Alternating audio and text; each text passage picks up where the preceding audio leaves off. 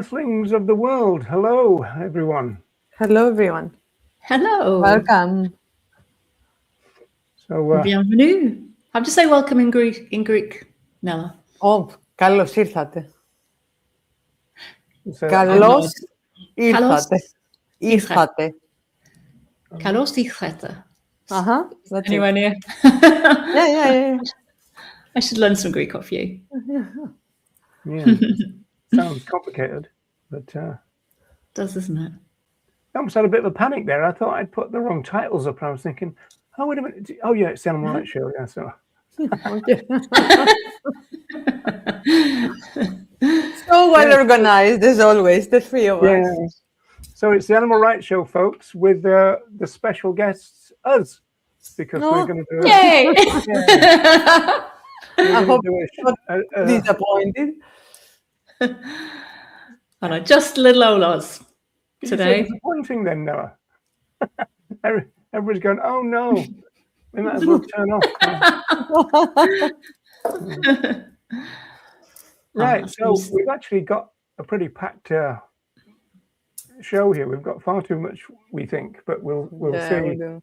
So we wanted to talk about the rocky road to animal liberation, really, wasn't it, Wendy? That was the title. Yes. Yeah. Oh, yes. Well, we were kind of inspired by one of the topics we were chatting to David Nybert about last time, weren't we? We were asking him about all of this stuff. So, what's the importance of the clarity of the message and all of that. So we just thought we'd pick up the theme and run with it a little bit more. Yeah, the messiness. Do you want to start with that, or should we do something else first, or what?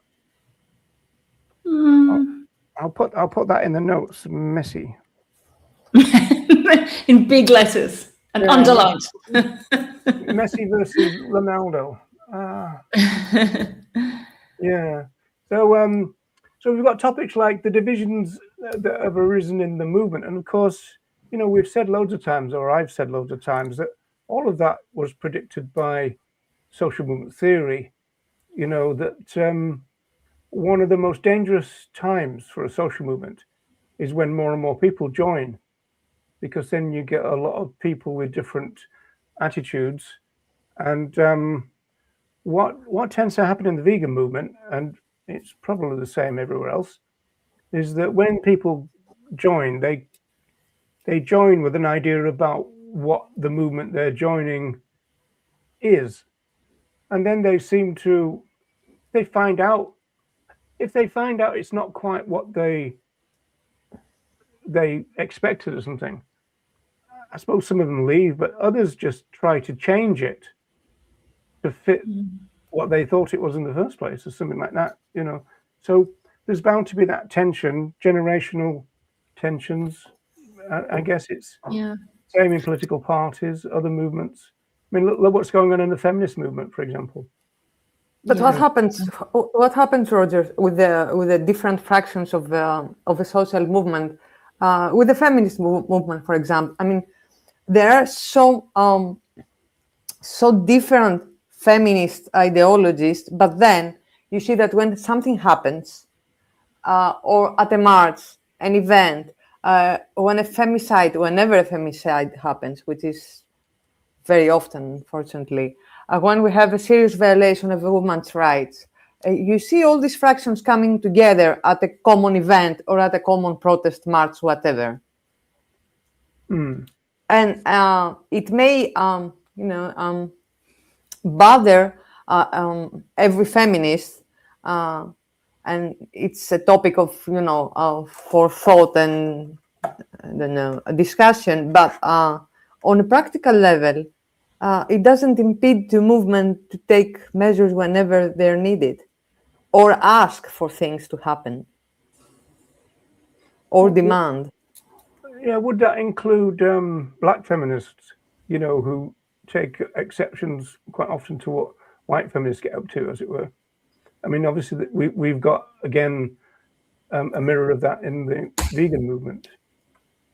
Yeah, that's true. But the black feminism was kind of excluded from the earlier feminist movement.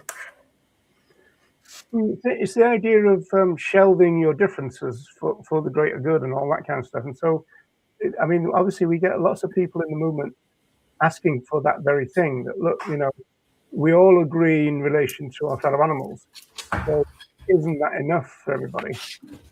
Yeah, I don't mean to accepting the movement or to facilitate those who advocate for the oppression of others. No. Like racists, for example. I don't mean that. I mean the people who see, who believe in different tactics. That with those we could possibly collaborate, not those who advocate for oppression, of course, no matter what kind of oppression and whose oppression. Yeah, well, the different tactics is what we wanted to talk about. For example, we've got this thing about the usual thing about welfarism and abolition, but also single issues. Are they vegan friendly? It used to be that are single issues abolitionist. Now it seems to have translated to are single issues vegan. So there's a different question being asked now, right? I mean, they are what you made them to be. I mean, I think it's all in the context and who does what. For example, lately here there've been a couple of actions against the use of our fellow animals for their fare, like disruption in a really well-known store at a speech from the director of the Milan Fashion Week, and these people who did that, they are vegan and they believe in animal rights and they are abolitionists, but they saw a chance there to speak about something, and they took this chance. And this happens all around the world in the same week, I imagine. And the thing is that now Milan Fashion Weeks didn't ban the fair, but said that they are in favor of banning the fair in their shows, which is a very small thing and has nothing to do with pigs and cows and chickens and our fellow animals in the laboratories, but it helps the conversation. People who would not talk about this, now they are talking about this, and it was framed in an animal rights way. Not fair is cruel. Oh, of course, some people yelled fair is cruel, but there were other people there saying that no one has the right to control anyone else's bodies. Yeah.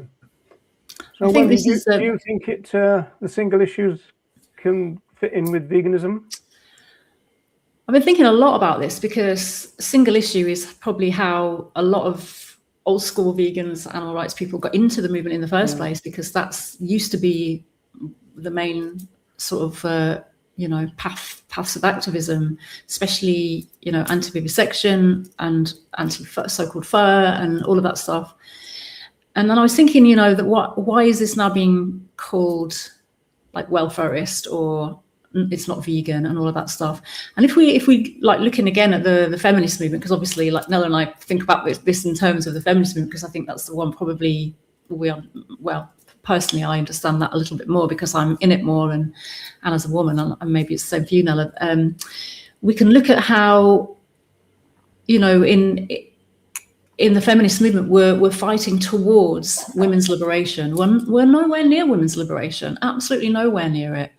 And yet we're still fighting single issue. We're still fighting, there's been a fight for women to vote. There's been a fight for workplace equality. And then the Me Too movement, fighting workplace sexual harassment and abuse and all of that stuff. And the list goes on, being able to, for example, the fight for women to be able to open a bank account without asking for her husband's permission, that's a really small niche thing, but actually is probably very empowering to those women, especially when they then get financial independence and can leave abusive relationships and that kind of thing. So, and all of these are single issues in the bigger scheme of women's liberation. But we know we still have patriarchy, we still have misogyny, we still have violence towards girls and women on on a scale that's still shocking and sickening every day. So I think if we think of it in those terms, you know, and it's like Nella said there, you know, often I think they can be a gateway to a bigger conversation. But I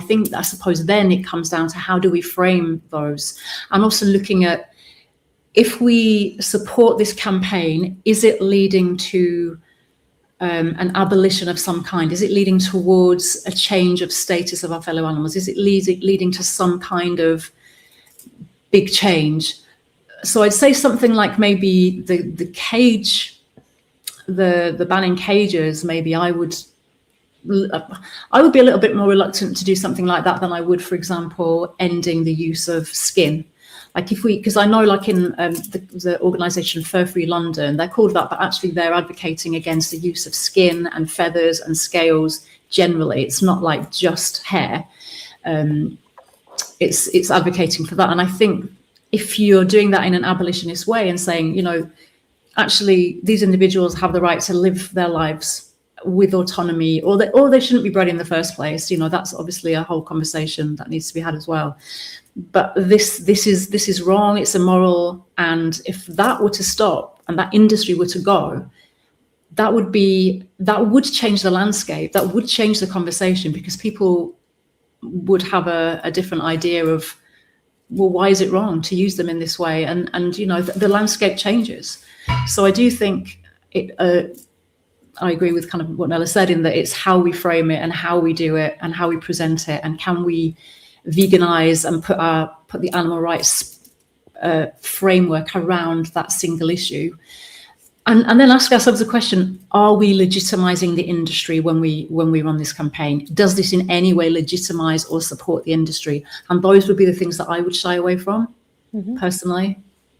Yeah. What your thoughts are on all of that? I have two things to say. I agree with you, Wendy. One is that more and more we see the feminist groups doing work about other stuff. I mean, really feeling that everything is entangled. Maybe not other animal oppressions. That's the problem with the left and the other social movements. But I haven't been to a feminist march in the last 3 years where there was no talk about colonialism or genocide, or what happens to women in these countries that, you know, are invaded. So I think that more and more, you know, feminists, no matter where they belong, they see this common front. One is this, and the other one is, should we shy away when there is an opportunity to do something, and this something is very specific. For example, here in Greece, they're about to give permission to a new fur farm to open. And every time something that has to do with the environment is about to get a permission, there is this platform, government platform, that as a citizen or organization, you can go in and write your opinion. So if I don't want this bloody farm to take a permission, so we have one more of those places of oppression and torture, I had to go in and write something focused on environmental, you know, arguments. Of course, as many others, at the end of the paragraph I wrote, I mentioned how this is unethical and about our fellow animals and blah, blah, blah, whenever everyone of us would write. But in order to stop them, we had to find the numbers and the data and everything that had to do with the environment, which, as the three of us understand, it's not, you know, it's not the main evil, it's not the main thing. But isn't this a tactic? I mean, this government gave me the opportunity to say something and stop that farm getting the permission. Shouldn't I use this opportunity because it's not what I would like it to be? Yeah, I've done a very similar thing actually over the years, Nella, in terms of, and it's the same here when they're trying to set up like I think the last thing I wrote an objection to was like a mega farm for rabbit hair. something like that, and they were going to use the so-called meat as well, the flesh and the hair. And it was a similar thing. Like, all the objections were all about how it would affect the humans living in the area, the environmental catastrophe of the water and the land, and all of that stuff. And it's like you say, really, all you want to say is, this is just an ethical, aberration. But you have to kind of go with what's going to work in that way. So I guess that brings us to like the pragmatic versus the ideal, or which of course we're talking about as well today. Like, when do we become pragmatic? When is it good to use those tactics? Yeah, my position, I've kind of evolved a position now which I think is pretty simple, which is division of labor. I tend to think that if there are vegans, we've got this thing in the movement about the majority of people self-identified as vegan are probably not active.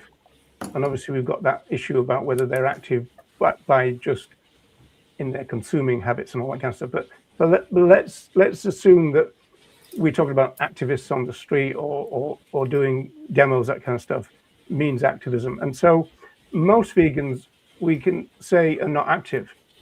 And then of the vegans who are, there are a percentage that won't do vegan outreach, right? And so that means that the people who will do vegan outreach, their numbers are pretty small. It's a fraction of a fraction. So my attitude now is that if people will do vegan outreach and won't refuse it, then I try to encourage them to do it all the time, and leave it to the ones who won't do vegan outreach to do the single issues, etc. Because then there's a division of labor, and kind of stay in your lane type attitude, I suppose.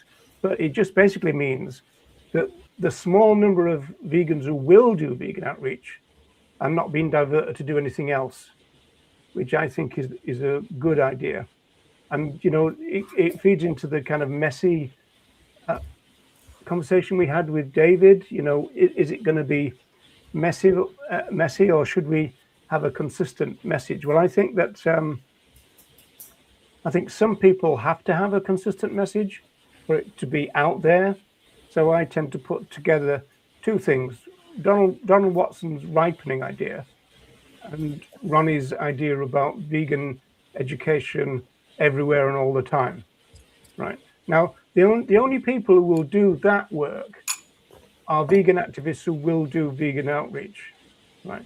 And so it seems to me that if there is a group of people who will do that it's a shame if they get diverted, because there's more people who won't do it. So let them do.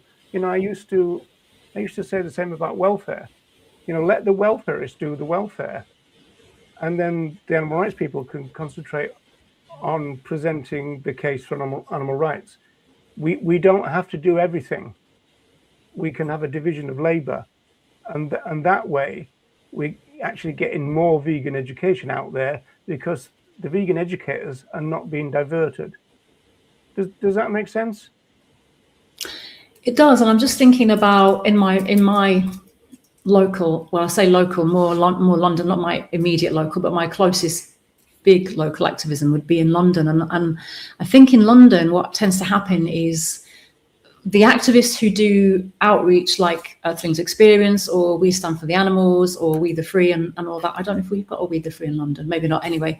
But all those kind of things, you find the same activists will do all of the events. They won't just come and turn up and do, right, I do vegan outreach or I do single issue. They tend to go to lots of different things, and some things will run on the same day. So there'll be an outreach event, say that there'll be Earthlings Experience on, say, like on a Saturday in London in Leicester Square. And then before that, there would have been like a protest outside, like along Bond Street against the skin trade, basically, fellow animals' skin.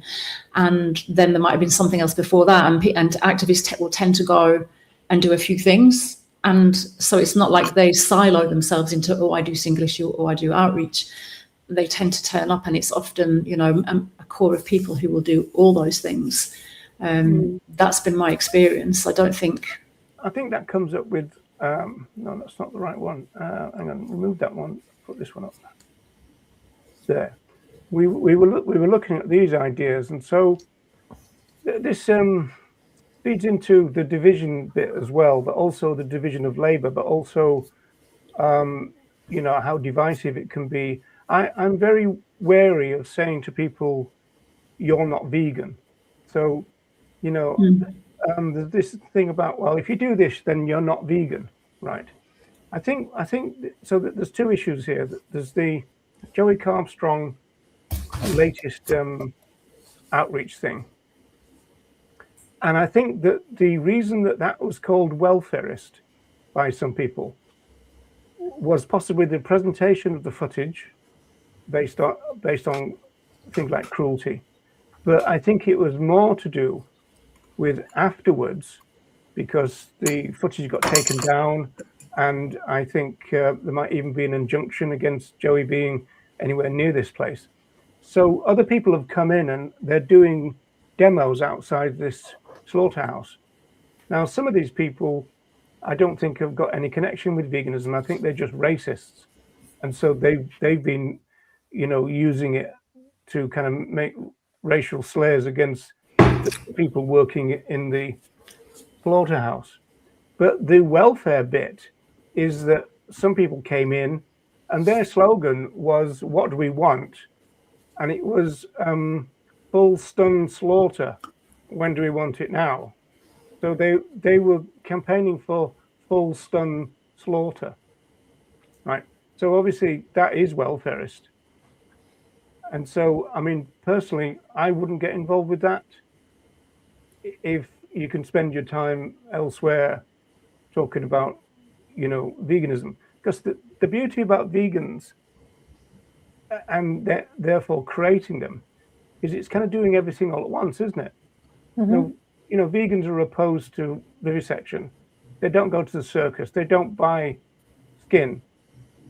And so in some senses, if you concentrate if you're doing vegan outreach, you're actually campaigning against the fur trade at the same time. So it's all wrapped in with one another. You do. But don't you think that there is a special value to do this outreach outside the first shop where people get in to buy, or outside the prison called zoo? Because we used to do that sometimes. We stand outside, we have leaflets, we're talking about the imprisonment of our fellow animals, and we would give this info to people as they are about to to buy a ticket and get in. So this is also outreach, but it actually makes people to think about their actions that day and what buying a ticket means. Yeah, I understand the point, and I used to share that point. I've moved away from it slightly now, in the sense that, as I said, the argument used to be, can you abolitionize single issues? And the answer to that is you can, right? And of course, the position, say you were talking to the media, you say, well, we oppose all animal use. This is a form of animal use, so therefore we oppose it. But, in a couple of days, we're going to be down the road somewhere else. So it's not an exclusive single issue. So I used to talk about, it's better to talk about single issue events rather than single issue campaigns. To say that, you've got vegan activists doing single issue events. That seems okay to me, but I still think that if you've got those people who will do vegan education, then if they stick to that, it must mean there's more vegan education going on than if they, divert here, there, and everywhere during the week. So in other words, if they've got those hours available to them and they use all of those in terms of vegan education, that seems to be the ideal situation for me. But then you could also say, and a couple of things here that are coming up for me is, one, if it depends how people respond to the vegan education as well, because the vegan education overall is the ideal thing because you're covering all those issues. but people might not actually respond in the way we want them to. So people might hear, or they hear what they want, they hear diet, all those things that happen in vegan outreach that we've all experienced. Whereas on a single issue, for example, like something that is quite emotive, like we might think of, we're focusing on treatment and cruelty and all that stuff, but some kind of footage, or being outside a so-called zoo, fallow animal prison, or those kind of things, that might be someone else's gateway in towards the broader issues of animal rights and veganism, because they connect to it more viscerally or more emotionally in the first instance.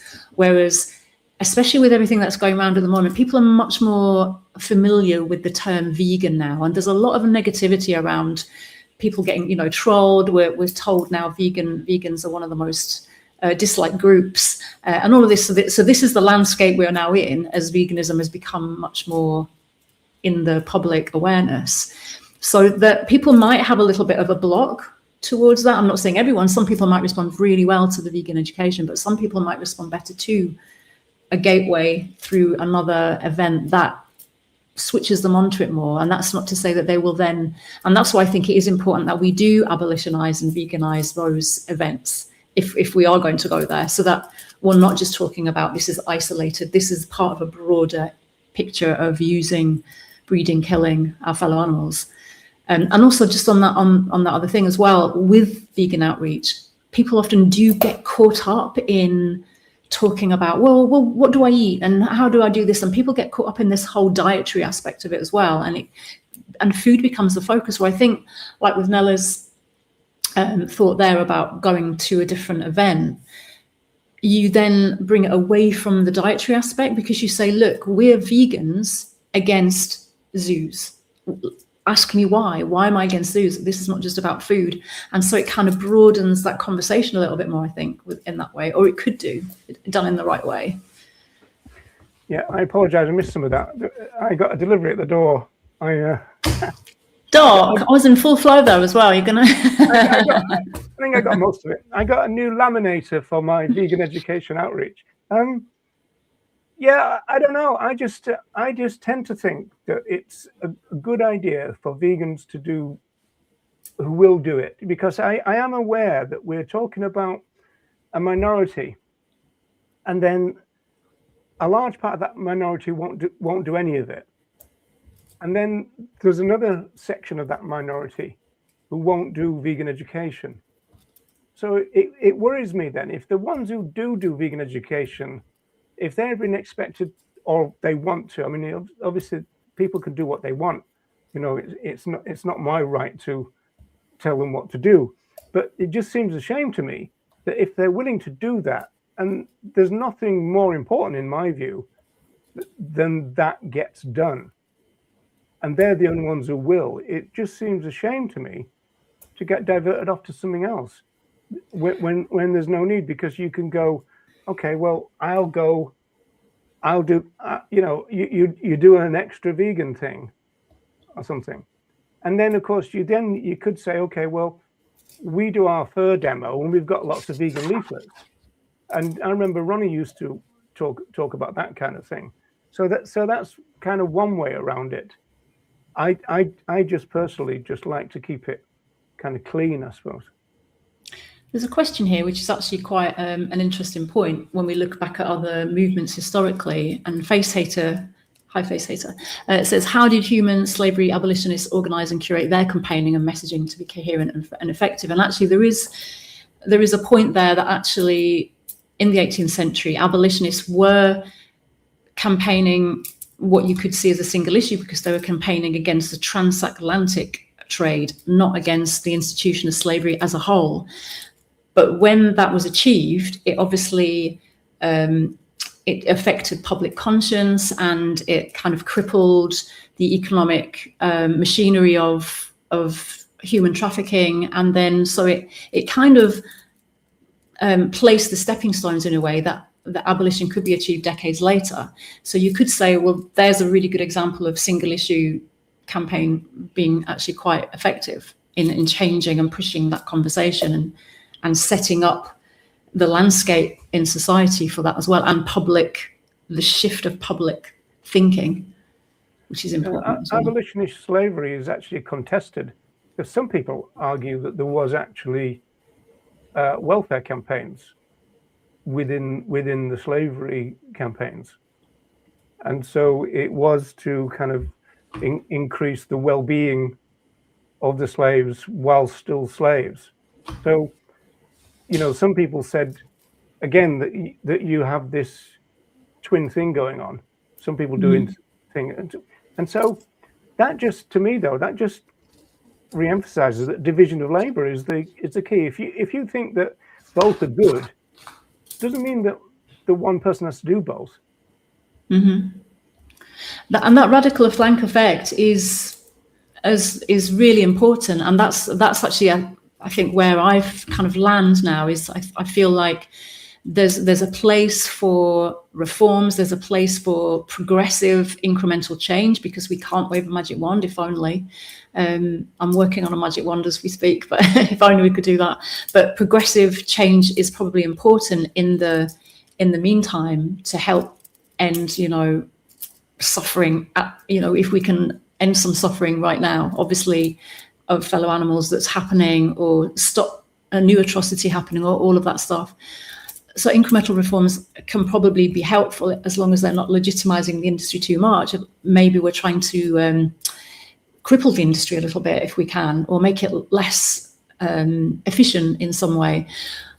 But then the radical flank effect is really important, and people think that the radical flank is often too radical, it's too alienates the public, and all those things that get pushed against the radical, more radical activism. But actually, again, history shows that the radical flank effect is actually what pushes things forward. It's what actually creates progress by having that more moderate and then the radical flank, and people then see the moderate campaigns as much more acceptable. So it changes what they call, I think, the Overton window of what society will view as acceptable. And so the radical flank pushes that and keeps pushing it. And that's how we can achieve that progress. So I think, going back to what you were saying, Roger, about division of labor, that is really important, is that actually people who are radical and want to get, and radical, actually the etymology of that word is get to the root of the problem. Don't just cut off the branches, get to the root, cut off the roots, is really important. That people who feel that way and who are abolitionists and want to get to the root of it is be radical. Even if you feel it's not compromising, it gets pushed back. You know, we need that radical flank. And if you feel like you're more moderate, then be moderate. But if you feel radical, stay radical. And be radical and be brave and have that courage and be that radical flank. That's how I've started to really see it now. Well, the getting to the root of it is cultural speciesism. So that's why I try, whatever I do, I try to make it a critique of cultural speciesism, because this is another part of it. I mean, here you've got somebody who's complaining about the word vegan, and you see that quite a lot now as well.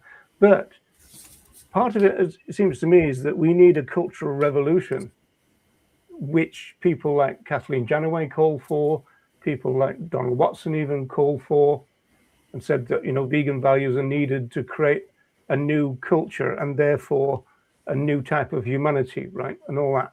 And so cultural speciesism is our number one target. So I don't particularly want to get diverted away from doing stuff which critiques that, because that is getting to the root of it. Now, I think a lot of people, you know, going back to that group of people who are vegans, they're vegan activists, but they won't do vegan education. I think some of them, in fact, some of them have told me this, that they don't think a vegan world is possible. And so then they think, so we've got to do whatever we can instead. And that's what makes them, you know, supportive of single issues.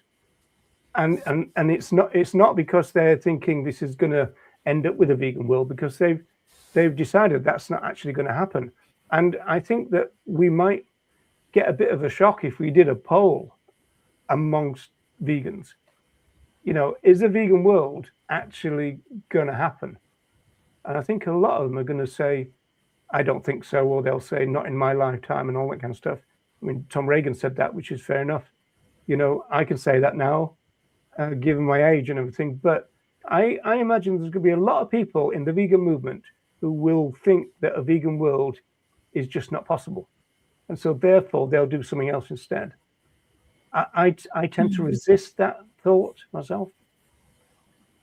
Yeah, that's the thing, is keep fighting. Like, you have the hope, practice the hope every day. Like, whether it's going to happen in my lifetime or not, I believe it can happen, and therefore I keep going with that fight and that commitment. And just going back to this whole division thing. So if we kind of agree, or among us, we kind of agree anyway, that you know, vegan education is fabulous. We think single issue is also great done in the right way and can also help push the conversation. And even the moderate progressive reforms can also are also changing the landscape. So they're also equally important in some way.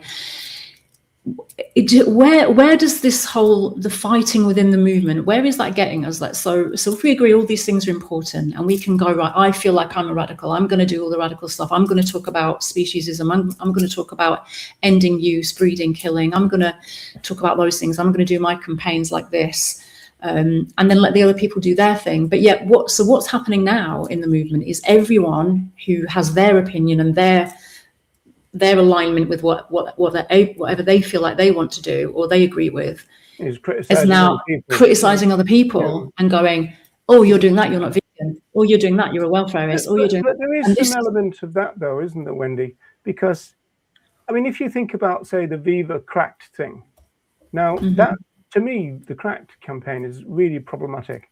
It's the same as the slingshot thing. I don't get either of those, because they seem to be de facto advertising for non-intensive farming.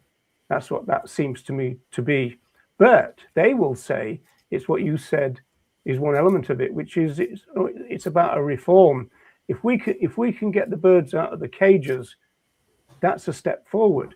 Although exactly how it is very unsure, and they never really tell you what they expect the world to look like if their campaign wins. And another problem with it is the crack thing is tied into the fact that there's MPs voting to get birds out of cages. But those MPs are not going to be vegan. Those MPs are not going to go anywhere else besides what they probably think of as barn, free range, non-intensive systems. Whether it's even a feasible, doable thing, is it scalable to go to free range? Back to free range, or whatever you want to call it. Because what tends to happen is that the industry, they take something like free range and they intensify that. They keep the name, and so we're just gonna, it's kind of playing with words in a way. We're gonna end up with the battery cage. You know, all the cages are out, and then it went to enriched battery cages, but now they want the enriched ones empty as well, empty cages, right? But what happens next? You know, I signed this petition, this campaign was about European countries, because I thought, not because I thought that this would be the end of Fian suppression, but I was thinking, if I was a prisoner of some kind, and the only thing someone could offer me was like a larger cell, would I want that? And I thought that yes, I would want that. If it was a little food or a little water, or not to be beaten, for example, would I want that? Yes, I would. So I assume our fellow animals would want that too, in the same way that you cannot do much about political prisoners in some countries. The only thing we can do is try to ensure that they are not tortured, for example, although you believe that they should be free.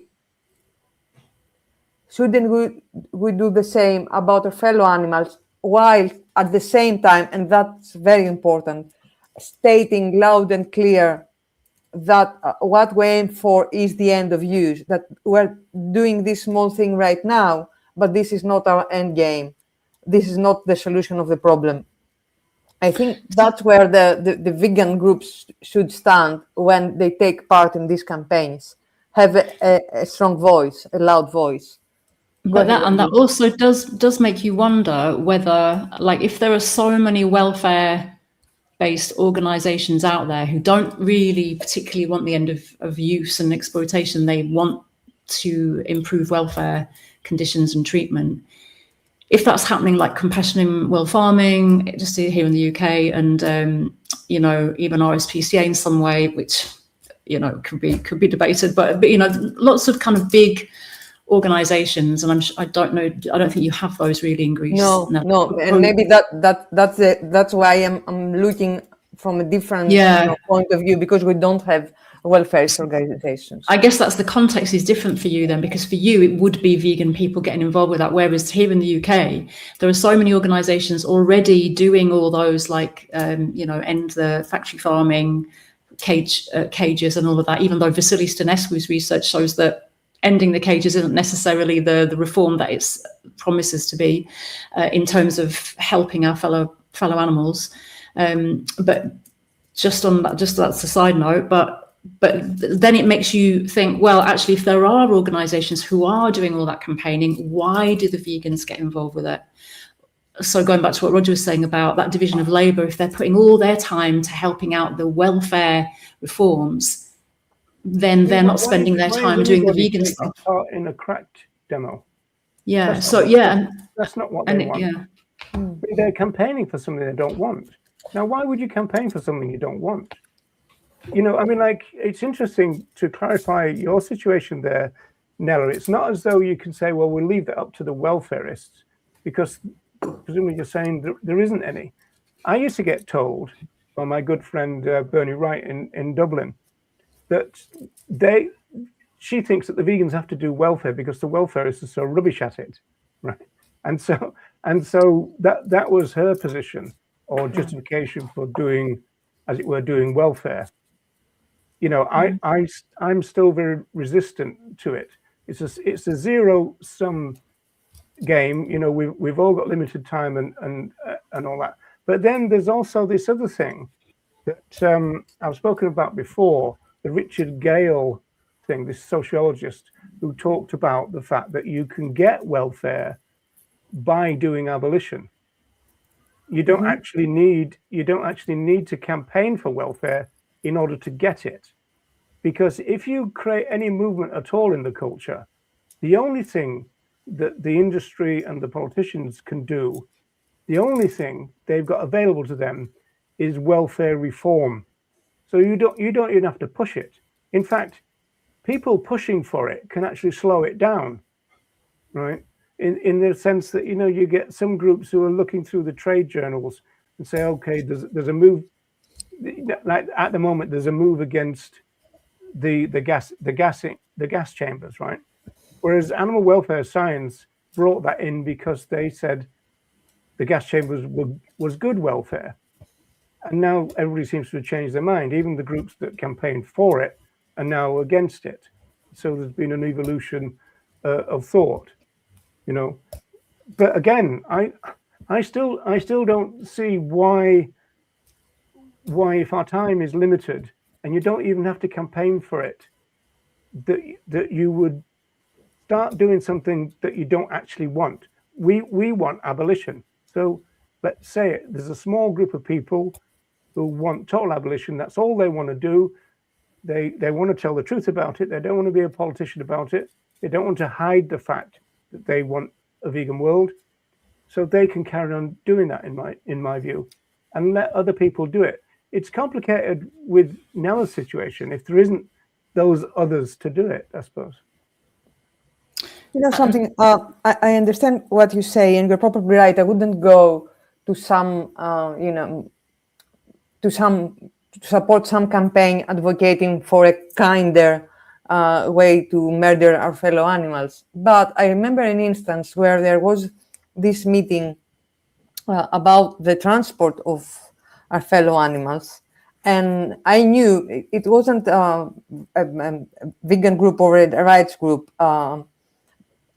and I'm not sure why and by whom this was organized, and they would talk about better conditions while during transfer.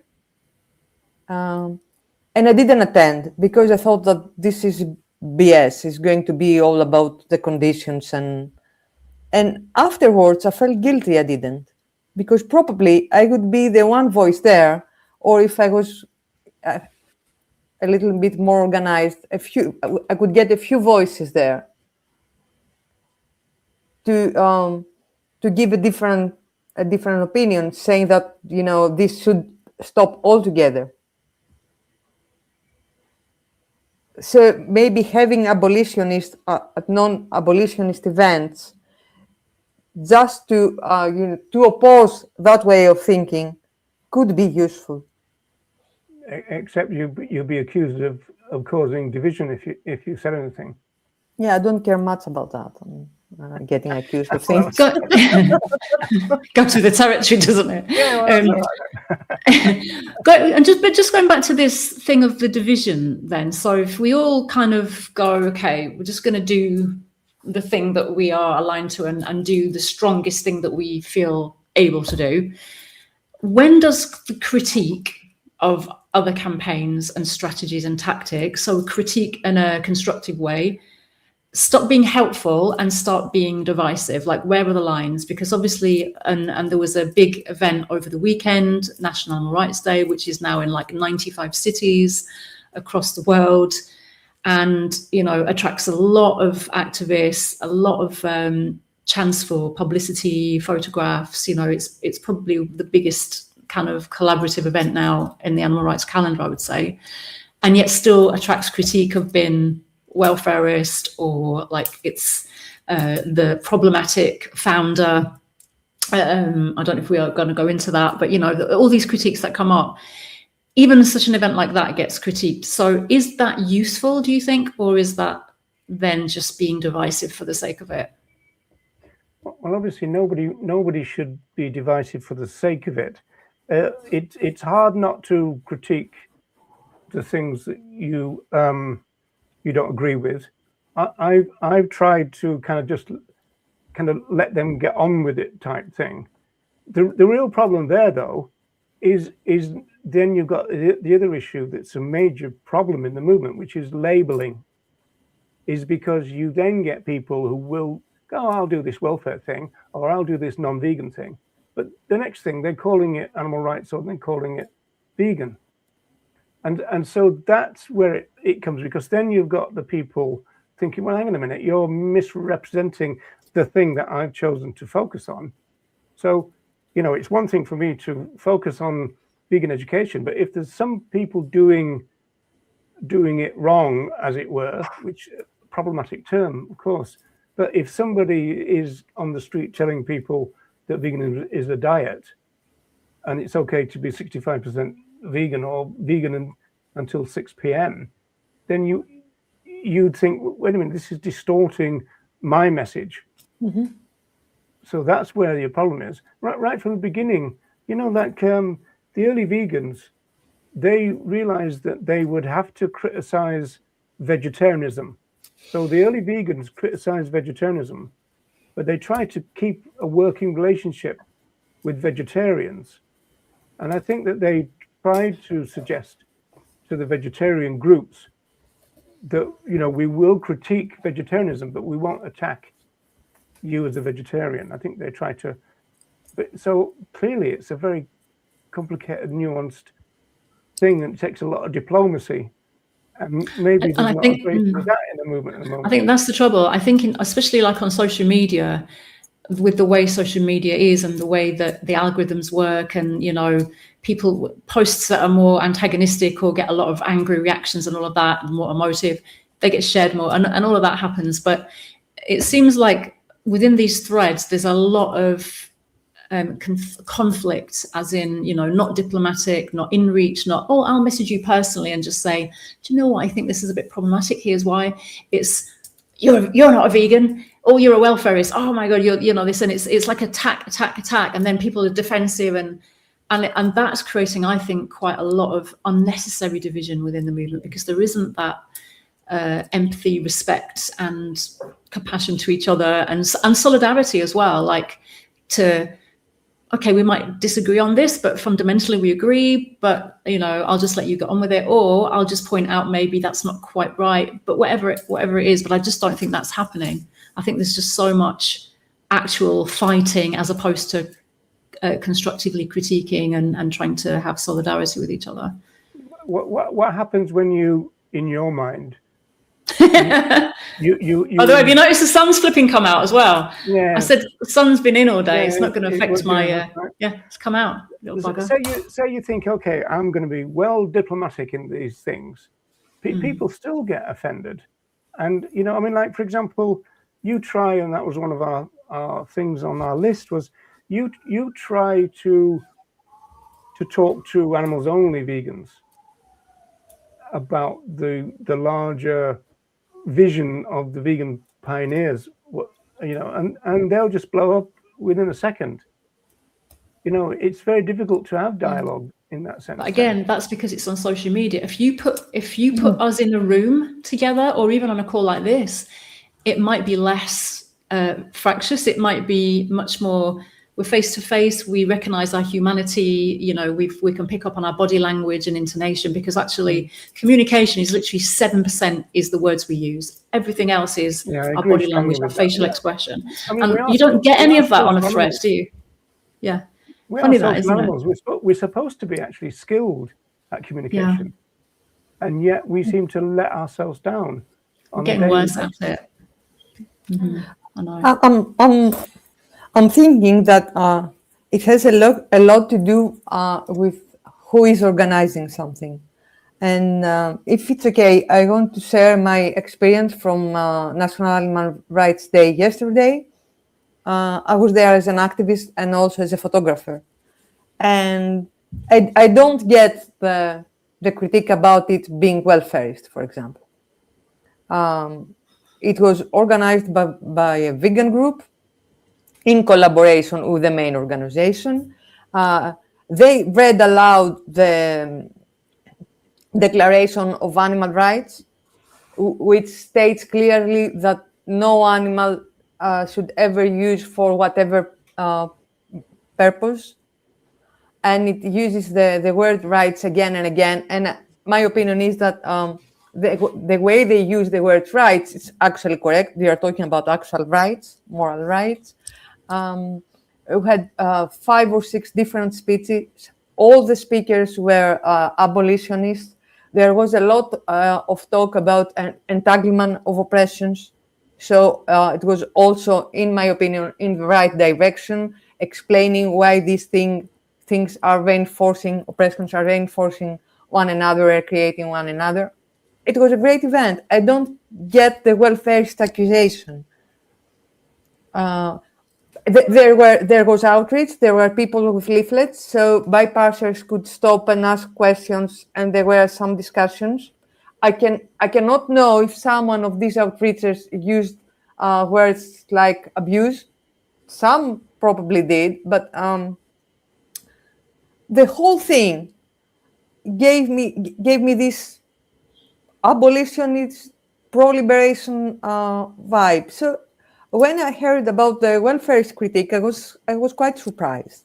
I don't think I've seen that, though. Is that what somebody said, that the NARD events are welfarist? Yeah, but why? I mean, you have to state why. If someone makes that accusation. I found a little bit of why we thought that. So the critique was, and I think I put it in our group actually. There was a little post there. We're supposed to, National Animal Rights Day, we are only supposed to commemorate an atrocity after it ends. Nobody held a memorial day for slavery while it was still legal. The Independence Day section of NARD celebrates a liberation that hasn't happened. They call it on their website progress towards the end of suffering. So I think it's the particular word use of suffering. Suffering, not use. That's the welfarist goal. A world where animals are used without suffering satisfies it completely.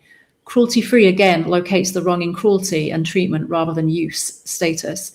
It frames the alternatives as cruelty avoidance rather than as the baseline moral obligation, not to use animals as resources. And then it says, and rights. Which rights? They never say.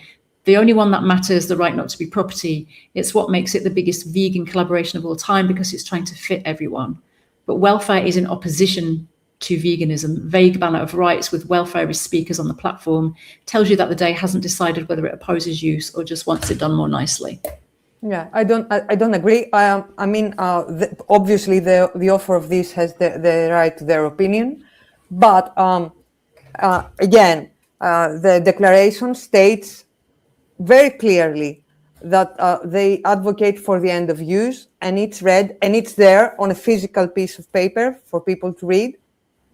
I think that there is somewhere there in one of the pictures, and also one of the speakers yesterday, her speech was all about property, legal rights, and what's the legal status of animals today, and what's the main wrong, and in her opinion, the white paper's declaration, and why viewing our fellow animals as property is wrong and is the main wrong in her opinion, etc. So, I mean, it was very beneficial for bypassers to listen to that speech at the square, the main square of Greece, in front of the parliament. You had someone talking about why it's wrong for our fellow animals to be viewed as property. I don't see what's wrong about that, and there is not the welfarist whiff in the whole evening. And maybe this has a lot to do with who is co-organizing with the main organization. Maybe that's the thing.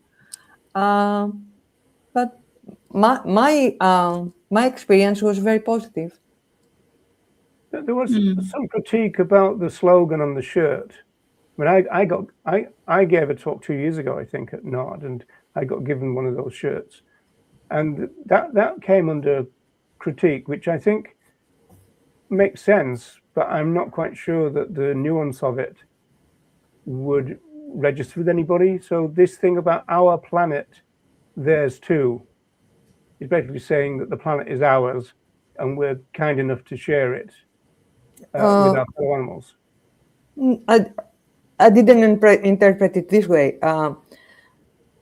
My interpretation was that this planet that we all as humans, as species humans, probably see as ours, is not only ours, it belongs to every animal on the planet. So we have to share. It's not ours to use and and destroy.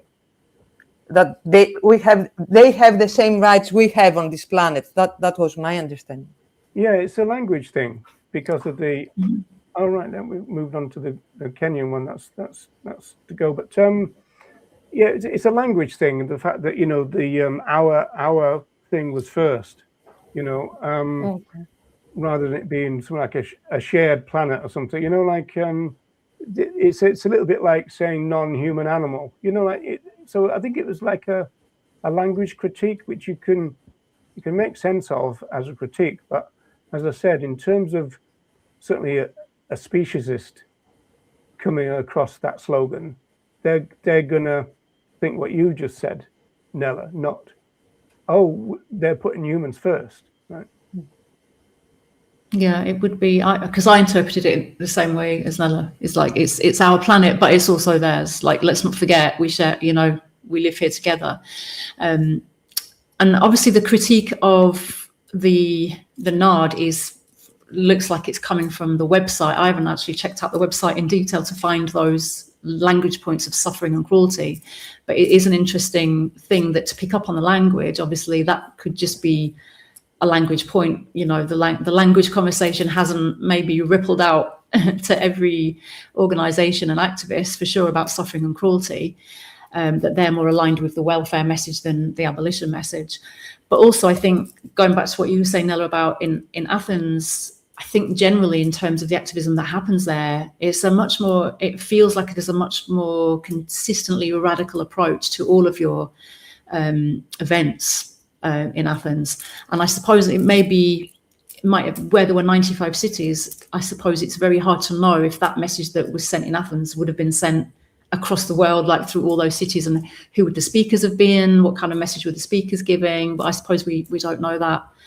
like overall, but your day sounds very positive. Anyway, that event sounds really positive. But just looking at Ronnie's point here, I think this is a really important point as well, in terms of when we talk about what is an abolitionist message, what is the vegan message, and often we talk about use, because we say, right, we're not talking about abuse or cruelty or suffering, we're talking about use, killing, exploitation. But this, I think, is really important in that I don't feel that covers everything, just the same as what Ronnie's saying here.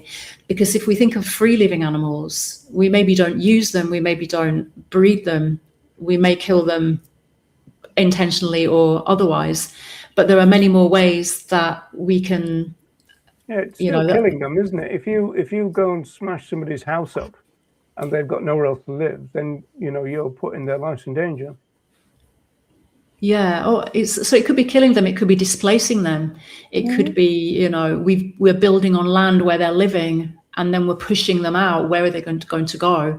And squeezing out their spaces, so then becomes more territorial, fighting in between the individuals in the species, or loss of habitat, which will then mean the decline of those individuals and all of that stuff. So again, even when we say use, it's not the umbrella. It's not everything.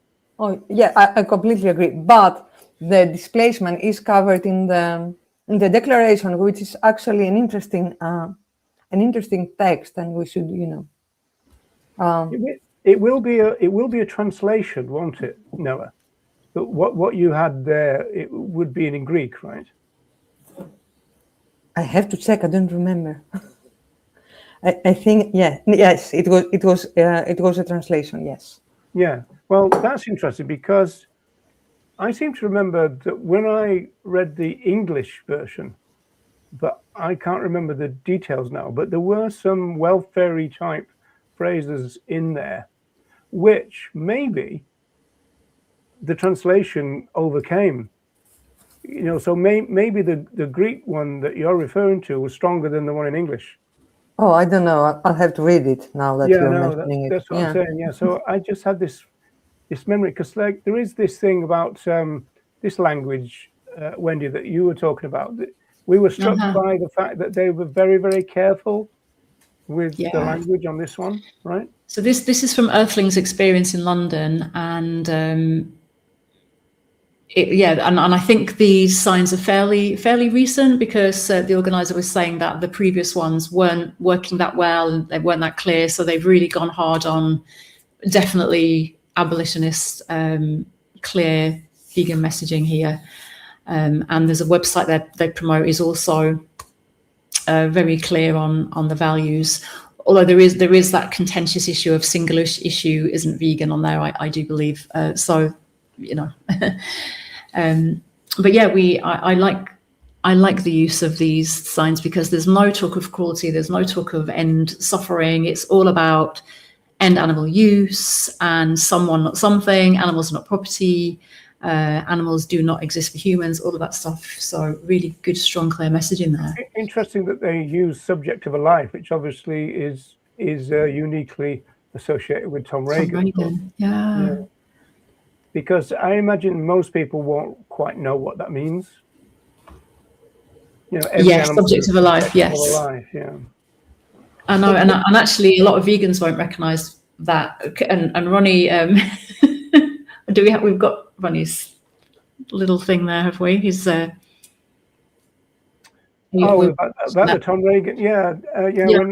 When Ronnie did his talk, he actually sent me the video of it, but you couldn't hear it, so he couldn't play it. But he holds up a picture of Tom Reagan, and nobody knew who Tom Reagan was, which to me is a bit of a scandalous thing. But then you can think, well, I suppose Tom Reagan's work now associated mainly, I suppose, with the 80s and 90s. Kind of why should they? Especially when you've got people coming along now saying with a straight face that Earthling Ed started the vegan movement. So I suppose these generational differences are bound to arise. I do agree with, again, Ronnie, that the idea of in-reach is very good, which would be, the older generation talking with the younger, exchanging views and information that the latter might not know because they've not been here that long, as it were. The only problem with that is there's quite a lot of resistance to it, which when I encountered that resistance, I was quite shocked about it. I thought people would go. I think you're hiding from the sun there, Wendy. Yeah, can't believe no sun all day, and then literally, it's done it on purpose. The sun has got a vendetta against me. Sorry, Roger, I didn't mean to distract you. It's probably the sun's way of saying we're supposed to be finished by now because we're over an hour. So oh, we are, aren't we? Yeah. Do you know what? I don't think we got to 5% of what we had on our list. No, I don't think we did. We didn't do any of our news items. None of the. I suppose I could play just to play us out. Maybe. Do you want me to put one of these videos on? Because they're good, aren't they? We decided that we'd. There is one, fun enough, which is a kind of mixture of serious and kind of cute, if you like. So there's this video of a cat, and it's interesting the phraseology that is used, and of course I think there's a new report out about the amount of our fellow animals that cats, domesticated cats, kill every year. It's an absolutely huge amount of individuals, So yeah, are you in favor of kind of constructing these kind of outside pen type things, or? Yeah, well, actually, that's been a big thing over the years because I care for cat individuals, is trying to allow them as much autonomy and freedom and agency as absolutely possible, whilst also respecting the agency, freedom and lives of other fellow animals who are, in the garden and all that stuff. So before I moved in the garden, it was when the cat folk here were still young, there was just like a netting put around, and actually when the woman who was running the cat rescue at the end of my road, and I used to foster a lot of the cats. Wasn't fostering. A lot of them stayed. So, and she always said, like, anyone she rehomes to, she insists that they have like a safe garden, so they can have outdoor space, so they're not restricted to the indoors. They have access to outdoors, but they're also a little bit safe, and obviously they're not going off out, doing too much harm outside. But even so now the ones here, they're a little bit older, they don't really try to go beyond the garden anyway. But also I'm very aware that I try and watch them, and if they're getting into like, I've seen a bird, a mouse or whoever, I try to kind of just warn the bird, warn them out, or do that kind of thing. So I'm a little bit supervisory in that aspect. So I find it really difficult. And also, having done volunteering for London Wildlife Protection, transporting injured birds, a lot of the time, a lot of them have been attacked by cats. And often, even when you find fledglings, actually I found a fledgling last week, a woodpecker, absolutely stunning. I don't think they'd been hurt by a cat. I think they might have just fallen too soon from the nest. But often you have to look for wounds and things like that on the birds, and often they will have been caught by a cat, or sometimes they don't make it at all. But whereas usually you should be able to leave a fledgling somewhere safe for the parents to come back and still take care of that fledgling, now London Wildlife Protection say there are so many predators in terms of like cats, and obviously others as well, who are harmful to birds, that we can't leave them. So it's like ideally we should, but we have to take them because it's the amount of cats that are around now, because people want to have their cat companions, and all of that is just it's unnatural, the unnatural amount of predators for the birds and other free living animals. You know how controversial it is when somebody brings up the idea of cats on a plant-based diet. That it creates an incredible amount of anger within the vegan community. So are those same people who insist that, because they're obligate carnivores, you're being cruel if if putting an individual on a plant-based diet, which actually goes against the science. But are they the same people who would be a bit blasé about, well, they're just getting themselves some meat? The thing is, I understand what Wendy is saying. I share my house with a cat. I try not to let her attack other animals, but I'm not willing to keep her in the house, and there's only access to a large balcony because I live in the building. I'm not willing to lock her in the apartment. There are thousands of stray cats, street cats in Athens, like tens of thousands, maybe hundreds of thousands everywhere in Greece. They are part of the ecosystem now. I understand that people say that they were not a part of the ecosystem and they were introduced by humans, and of course they were, but for I don't know how many hundreds of years, they are part of the ecosystem.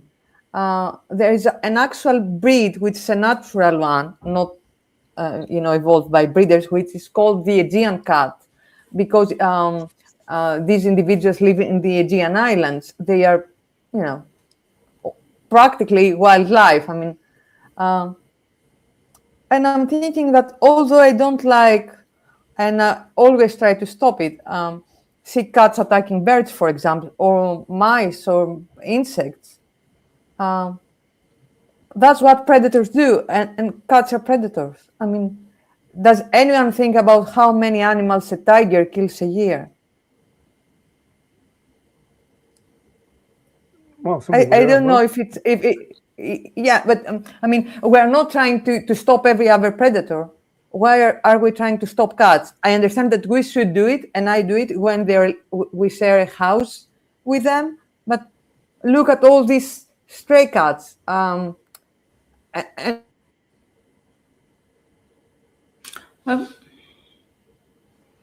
We've lost Nella.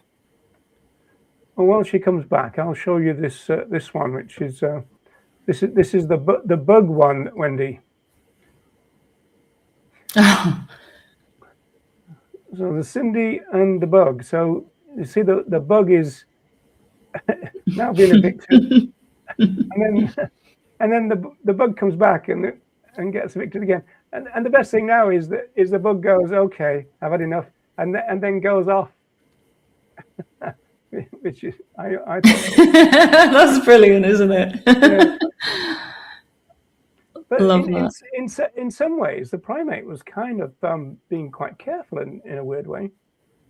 You know, a human would probably go bang, dead, right? We just squish a lot of you, and not us. Like, definitely no. The amount of hours I spend, like, I remember taking a week, like, the other week I took a week off work in order to go to the retreat sanctuary. Actually, it didn't work out because I ended up having to go to a funeral. Very sad anyway. But that whole week with, because it was so hot, I was staying in the cool.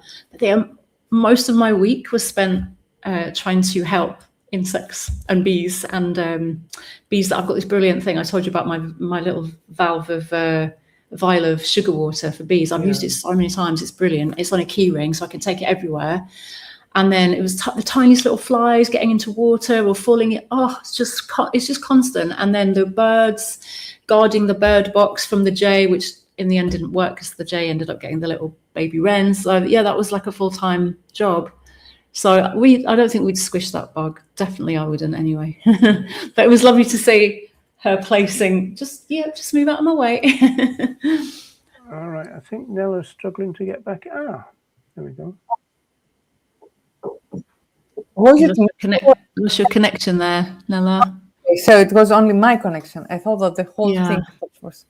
I was saying that I'm a little worried that because I'm part of rescue teams, and there is a lot of talk about cats, and cats have enough enemies as it is, and they have a really hard time living in the streets.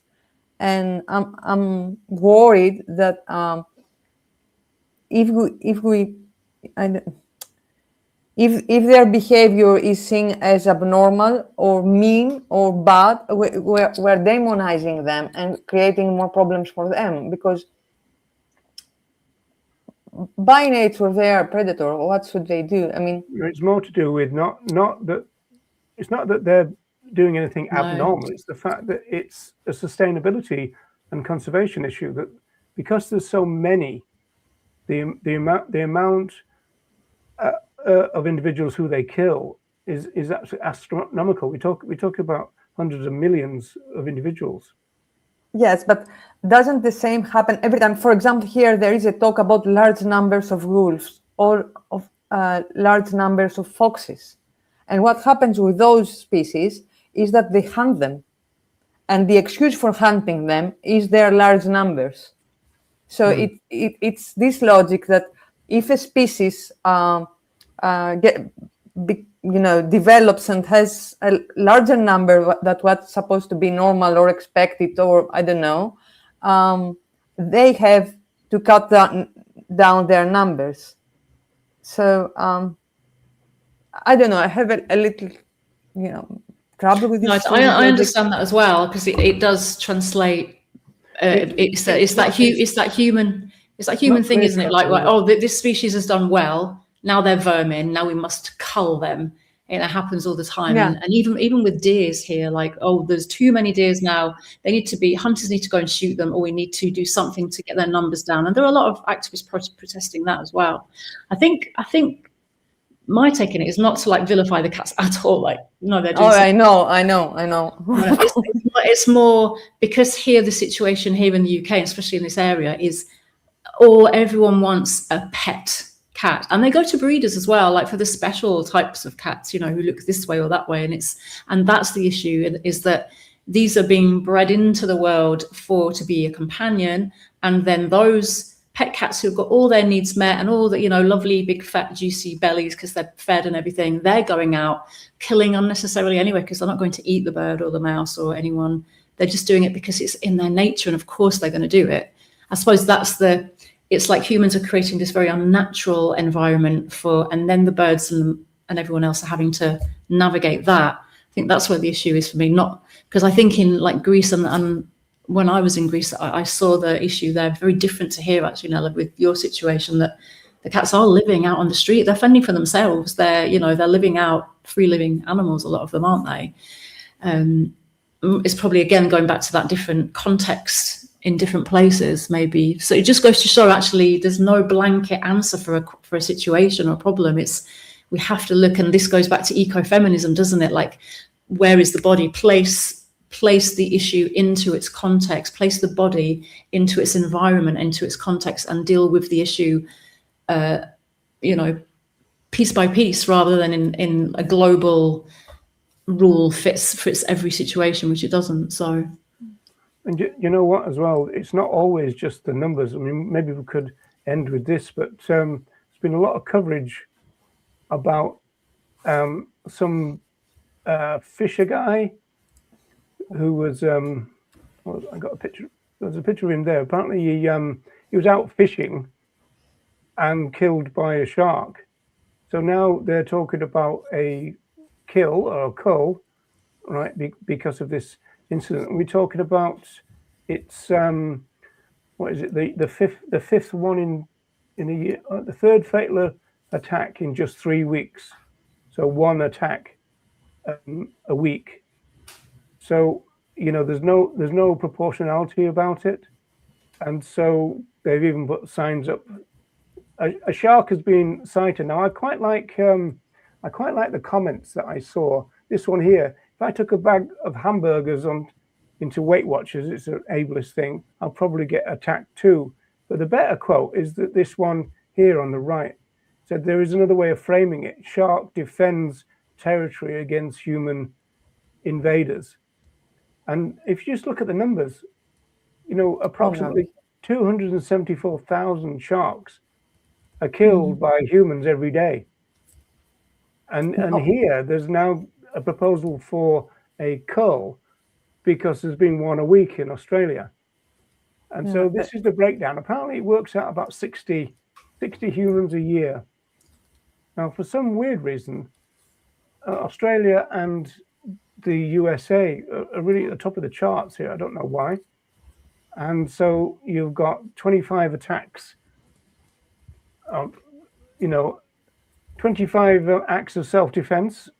I did read an article. Apparently, what goes wrong when sharks and humans get together is that humans do what humans do when they go to the seaside and start splashing around and all the rest of it and jumping around, and that attracts the attention of the sharks. And the experts say the actual attention from the shark is the fact that they're just curious. Oh, what's all this then? And so they go and have a look, right? And then you've got the Jaws situation of the fin and all that, and then the humans panic, and then it just escalates into an attack situation. Yeah. I'm not suggesting that if people didn't panic, everything's going to be fine and dandy. I'm not saying that. It's just the fact that, I mean, like, there doesn't seem to be any recognition from humans that that is their homes. I mean, we're invading their space, and they are displaced right now because from what I read these last few weeks, there were at least 3 sightings of sharks in Greece, which is very uncommon, and really close to the seashore, like 2 meters from the seashore, where you would have people swimming, human people. So everyone is really surprised and stunned about it, but I'm frightened that as the summer progresses, sharks are going to have a hard time, because I don't know what the next step humans are going to take is. And obviously, there were sharks in Greece before, but not in that numbers and not that often, not that close to the shore. So I assume that this is something to do with the climate change and the waters getting warmer and population of sea animals, getting displaced or having to go elsewhere to find food. I don't know. So this is, again, a problem created by humans that our fellow animals will have to pay the price for. Absolutely. And also, I think even in terms of like sharks, but also other sea dwellers, the amount of traffic in the oceans now, like shipping, transporting, goods especially, is just astronomical, and it changes the whole ecosystem of the waters in terms of like what the whales are doing, echolocation. They can't, the noise pollution in the water, and it affects everything, doesn't it? Everything has a knock-on effect. You've got the climate change and the seas warming and all of that stuff, and displacement, and then diminishing populations of fishes, and it's like catastrophic, really, what's happening, isn't it, in the oceans? And then, they're paying the price as always. So indeed, sad. It's very sad. We never seem to pay the price for the things that we do we? It's always our fellow animals. You just look at warfare. I think this is the one, yeah. So Ronnie gave me permission to reproduce this, and so gave a talk. I think this was this one in Birmingham. I think, I'm not quite sure. So, Birmingham, I think so. Yeah. I think, Ronnie, you were in Birmingham, weren't you, Ronnie? No one knew except for Louise. So that's sad. Well done, Louise. So, right, I suppose we're over time, folks. Even though we didn't get everything done, but how uncommon. That's usually the way, isn't it, with us? I know. Well, it was a good chat, though. Anybody want to say a final something or other? Yes. My takeaway from today's discussion is that we should be more careful when organizing. We should frame the campaigns, no matter what they are. We should frame the campaigns or the events in the way we believe they should be framed. And no matter where we are, at what event, we can always do vegan outreach. That's my thing from today's discussion. It's interesting, though, isn't it? I mean, like, if somebody did vegan outreach at a cracked event or a slingshot thing, are they going to be welcome there? Well, I don't know. No. I mean, it'd almost be seen as though you're just trying to make a pedantic point or something. I don't see the point of someone going to of a vegan going to such events unless they are there to voice something different. If this is not safe, or if they are not up to it, they don't want to do it, they should not do it. Otherwise, you can just organize a different event and tackle that issue. If the issue is cage, for example, talk about why the end of cage is not the end of oppression, and make it part of vegan outreach.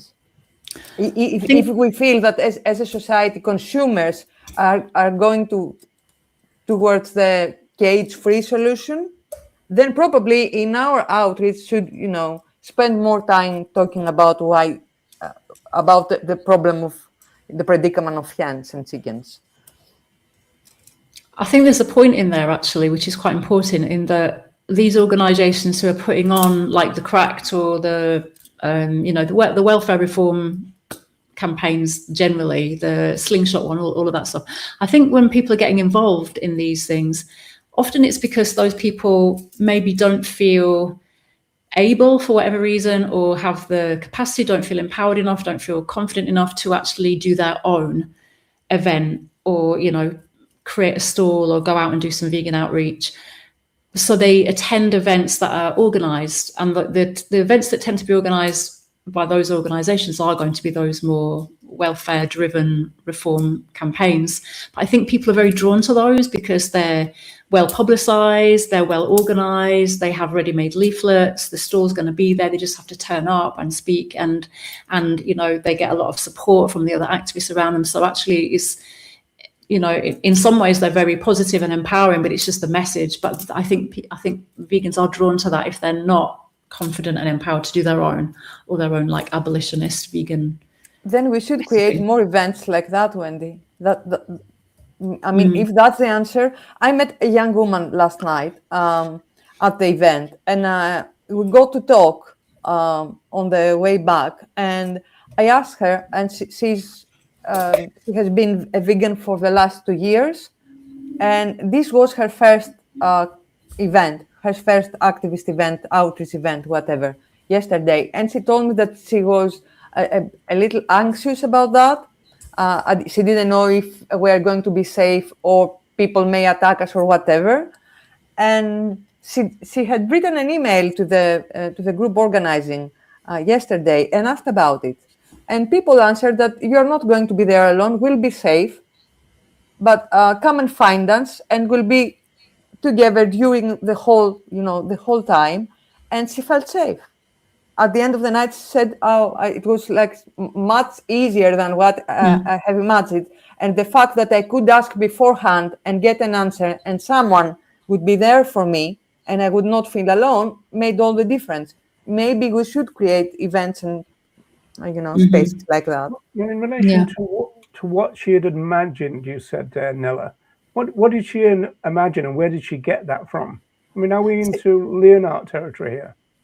She imagined that if we stand in a central square holding placards about veganism and our fellow animals, people are going to yell at us, or maybe attack us, or spit on us, or push, but this never happens because we take steps beforehand. I mean, there are people outside in the perimeter looking out for possible trouble. I'm not sure it's ever happened, has it? I mean, there's no. It has in the past, but a few years back was a different group. I mean, people, groups of young men getting, a little aggressive and, threatening. It was just empty talk, but it could make someone feel unsafe. Yeah. Okay. Yeah. It's interesting, isn't it? Because of this thing about. I don't know. I think kind of action on the street has got a reputation it doesn't deserve, really, because I've done it since the 1980s, and it's generally speaking, it's nothing happens. You just talk to people. I mean, obviously, you do get people. We've had people throw pieces of a burger at us and that kind of stuff and all that. But there's never been any kind of violence, gangland fisticuffs or anything. It's So I don't know. It's interesting where people get their imagination from in that sense, because I don't think you could, if we wanted to find a big dust up between activists and the public, I wouldn't even know where to start online, would you? Yeah, but some people feel uncomfortable to stand out for something they believe. That's a different thing. To be visible, to be at the epicenter of attention, whatever. Yeah, that's okay. I understand that point, because obviously you're putting yourself out there, kind of, this is me and all that. But that's separate from you're going to do that and somebody's going to start swinging at you. Yeah, but if you do not feel comfortable in the first place, you probably start thinking bad scenarios about what is going to happen. What could happen? Yeah, thinking the worst, isn't it? I mean, stuff does happen, but I think it's quite rare. Like in London, stuff has happened different, especially when you're hanging around Camden Town in the evening and people have had a few, and there's definitely the odd individual who will be very confrontational. And there was the time when one person started to consume raw flesh in front of us on a regular basis, and then some people just do get confrontational. I have personally been spat at, but it's rare. Out of all the years, that is, it's the odd occasion rather than. Sorry about that. I won't spit at you again when. Yeah, you little tyke. I'm quite lucky because I'm in Dublin, and of course people don't drink in Dublin, so people don't get. No one drinks in Dublin. It was too flipping expensive to drink in Dublin, isn't it? I've been to Dublin, and it was expensive then. That was back in the millennium, I think. Wow, I like this takeaway from Jackie. My takeaway is to be radical, division of labour, and tell people who Reagan is. Yeah, I like that. We like that, Jackie. Thank you. I like that, yeah. And thank you for coming, Jackie, as well. It'd be interesting, wouldn't it, though, if obviously the people with the big audiences, if they did that would be nice, because I remember a time when even people like Joey Armstrong experimented with some lines from Reagan, but he never said, as the great animal rights philosopher Tom Reagan says. They don't do that. They kind of just say things, and everybody goes, "Oh wow, I never thought of it that way before." And you go, "Well, it's not my line," So you don't tend to get that. So maybe a little bit of sharing of the kind of credit to the people who wrote it might be a good idea. I can't help just to finish off, I suppose. I can't help wondering about whether. If people like Earthling Ed and people like Joey Armstrong came into an animal rights movement, what difference it would make, rather than them coming into an animal welfare movement that calls itself animal rights. Because, of course, they were socialized by that animal welfare movement, which is why Joey tends to talk about cruelty all the time. What Ed talks about is the reduction of suffering. All the stuff that is it's kind of adapting what veganism is to something else. Well, reduce it down to welfare, reduce it down to RSPCA type language and all that. If most people were talking in a rights-based way and people were coming into that movement, it could well be, we might be in a different space as a social movement. I understand what you say. I completely hear it. Of course, I understand the importance of language, but I think that we should differentiate between the people that are really welfarists, that they do not want abolition, they just want reforms, welfarist reforms, and those who want abolition, but for whatever reason, they use welfarist language. Because I think that both Joy and Ed want abolition. They have stated so many times that's what they want. If they use, I agree with that. But there's a name for that, isn't there? It's new welfare. So yeah, and see, it's interesting because the theory of new welfare actually makes sense. It's just that everybody hates it because nobody wants to be called a welfarist, even if they will use welfare language all the time.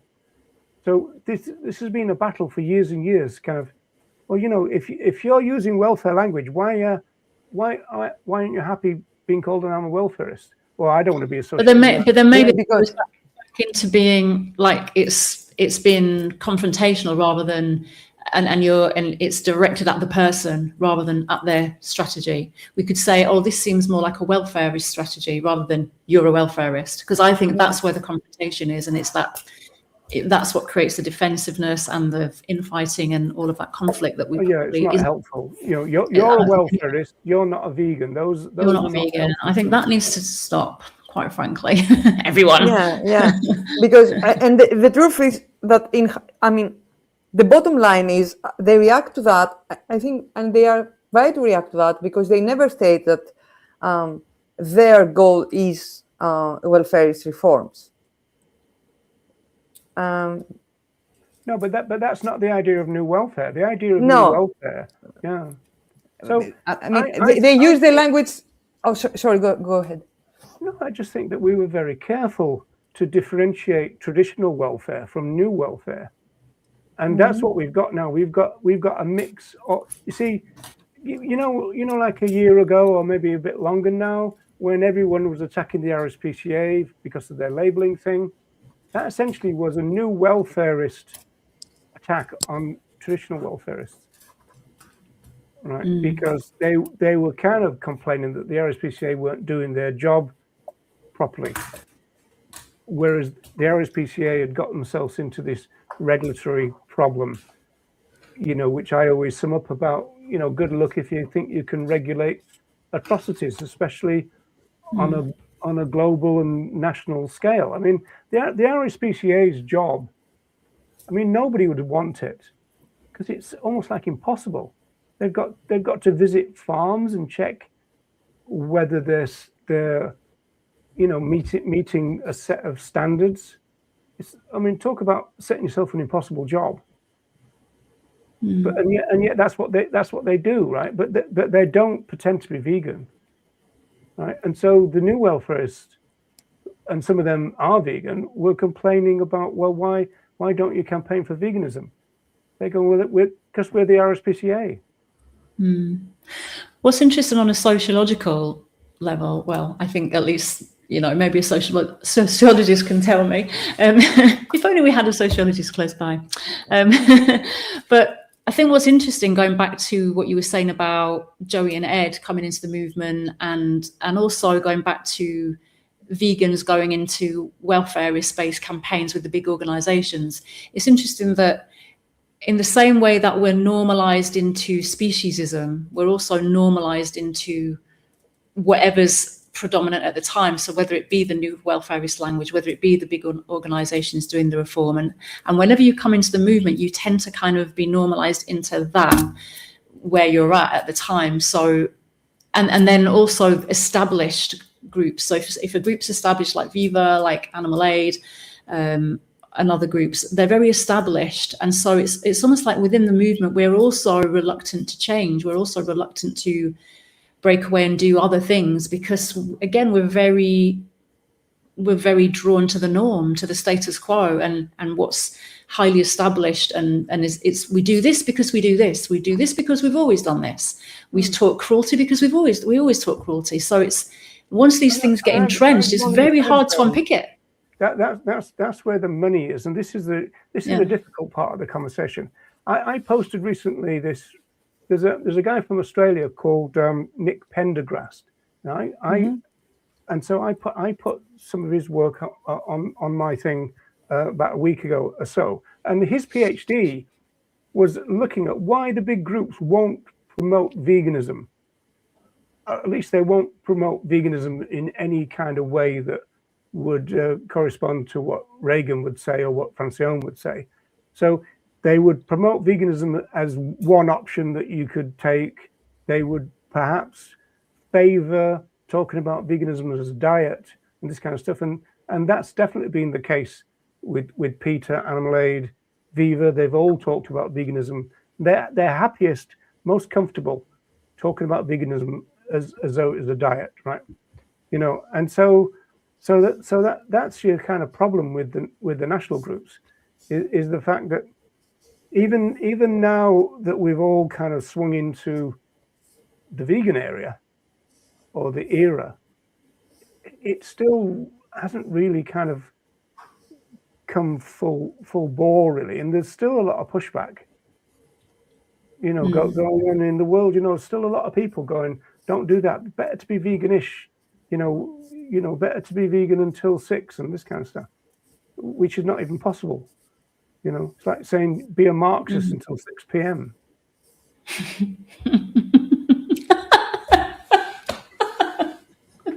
Be a Marxist until 6 p.m. And then just be a pure, full-on capitalist for the rest of the evening and fill your boots. Do you know? See, I don't agree with that. You see, I don't think they promote cruelty.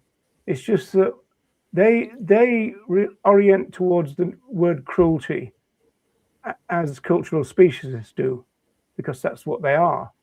They're also cultural speciesists, right? Now, you know, vegans have got this thing, you know, kind of that's cruel, go vegan, and they say that phrase as though it makes any sense.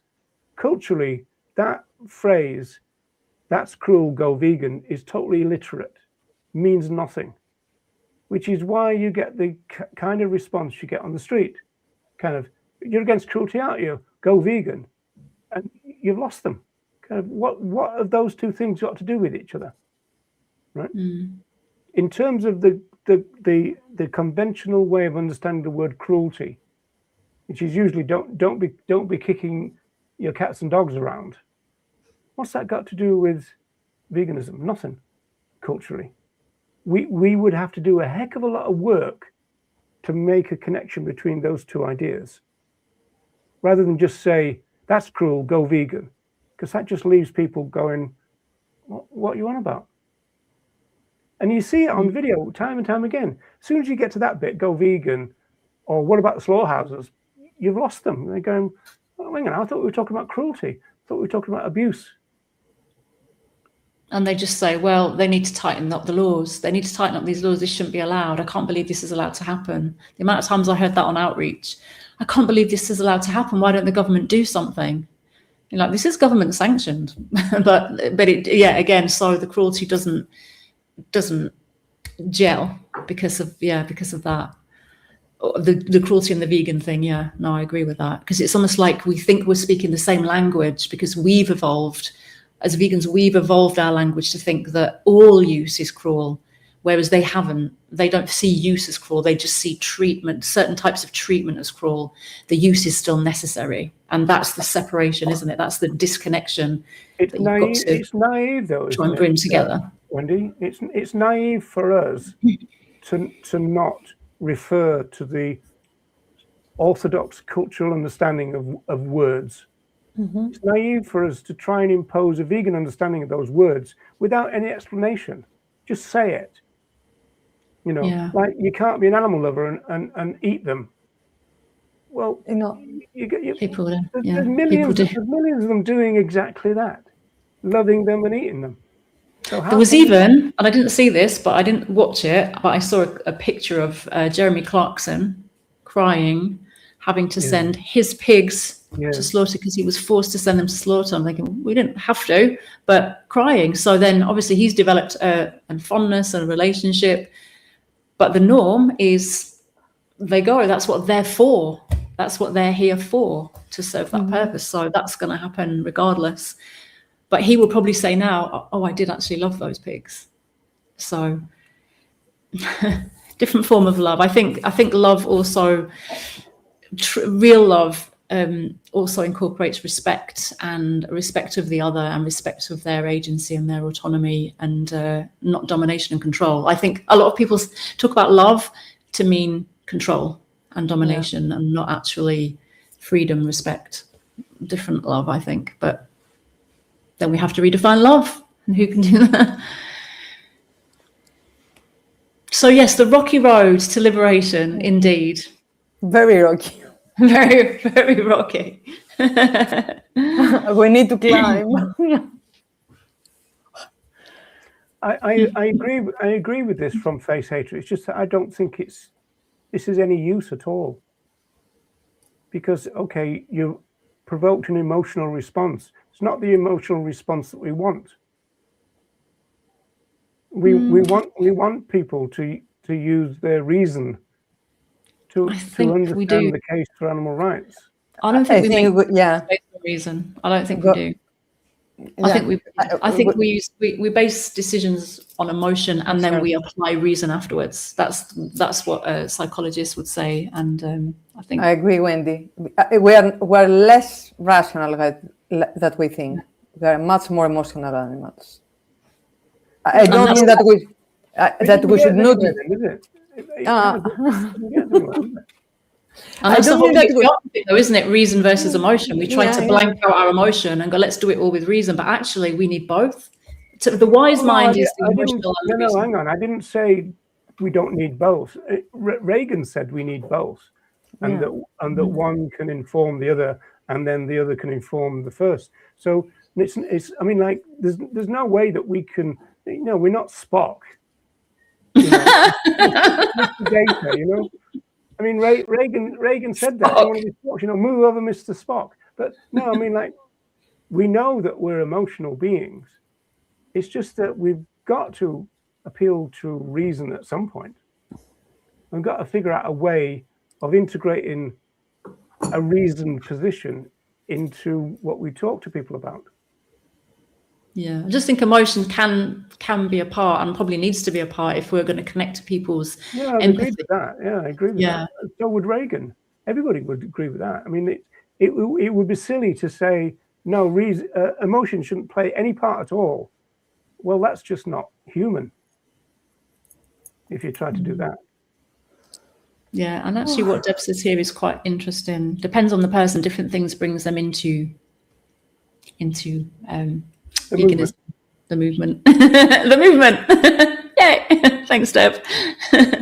So yeah, it is true. Everyone's going to respond to different things, aren't they? I mean, I didn't come to veganism through vegan outreach. I came through anti-vivisection, Viva campaigns for like against dairy and battery hens and all of that stuff. So that was my journey. It wasn't through vegan outreach. So I mean, who knows if I'd have found veganism sooner if there'd been vegan outreach. We could argue that. Like, yeah, if there'd been more vegan outreach, you probably would have found it maybe sooner or more completely.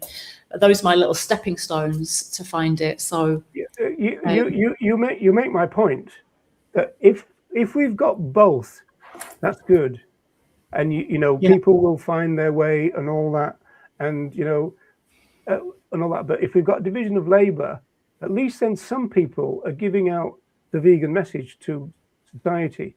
If we don't transmit the vegan message, then nobody can get ripened up to veganism. They just end up getting ripened up to what some kind of welfare group says veganism is, or what Ed Winters says veganism is, which isn't veganism. You know, and there's no way around it. Because they want to reduce down, get into their comfort zone or something. There's so many people trying to redefine veganism. What's wrong with veganism? There's nothing wrong with the idea of veganism. It's a brilliant idea. And yet there's so many people who shy away from it time and time again.